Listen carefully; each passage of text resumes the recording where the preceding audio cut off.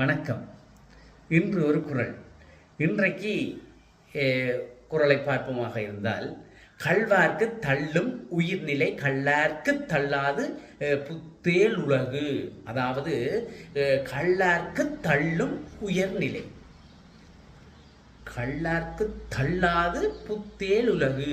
இப்படி சொல்லியிருக்கிறார் வள்ளுவர் பெருமான். அழகா சொல்லியிருக்கிறார். என்ன களவாடுபவர்கள், நாங்கள் அன்றை பார்த்தோம், பிறர்களுடைய பொருளை கவருபவர்கள், அவர்களுக்கு தெரியாமல் எடுப்பவர்கள், அந்த களவாடுபவர்கள் உயிர் வாழ்வது கூட தவறி போகும்.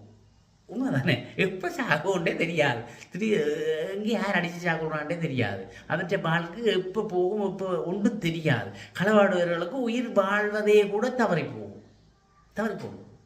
ஆனால் களவை நினைத்தும் பார்க்காதவர்களுக்கு புகழுலக வாழ்க்கை தவறவே தவறாது. அப்போ பாருங்க, களவெடுக்கிறவனுக்கும் களவெடுக்காதவர்களுடைய வாழ்க்கை நிறைய வள்ளுவர் பெருமான் இப்படி அழகாக சொல்லியிருக்கிறார்.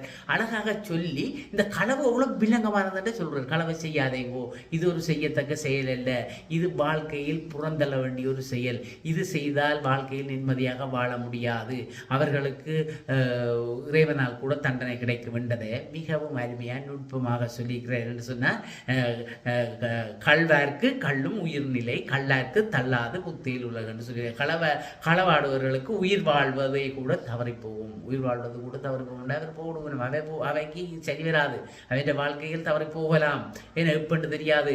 ஆனால் களவை நினைத்து கூட பார்க்காதவர்கள், அதை பற்றி சிந்தனையே இல்லாதவர்கள், நட்பண்போட நல்ல சிந்தனையோட வாழ்வர்களுக்கு புகழுலக வாழ்க்கை, இந்த வாழ்க்கையில் புகழுலக வாழ்க்கை தவறவே தவறாது. இறைவனே அருள் புரிவார், இறைவனே அவர்களுக்கு நல்ல வாழ்க்கையை கொடுப்பான் என்று இந்த வள்ளுவர் பெருமான், திருவள்ளுவர் பெருமான் எங்களுக்கெல்லாம் வடிவாக சொல்லியிருக்கிறார். அவருடைய அந்த கூற்றின்படி நாங்கள் வாழ்வோமாக இருந்தால் வாழ்க்கையில் வாழ்வாங்கு வாழலாம். வாழ்வாங்கு வாழ்பவன் வானுரையில் தெய்வத்துள் வைக்கப்படும் என்றெல்லாம் சொல்லியிருக்கு. அப்படி வாழ்ந்து நாங்கள் சந்தோஷமாக இந்த வாழ்க்கையை, குறுகிய கால வாழ்க்கையை சந்தோஷமாக வாழ்ந்துவிட்டு போக வேண்டும். ஆகையினால் நான் உங்களிடம் இந்த விடைபெற்றுக் கொள்கிறேன். நன்றி.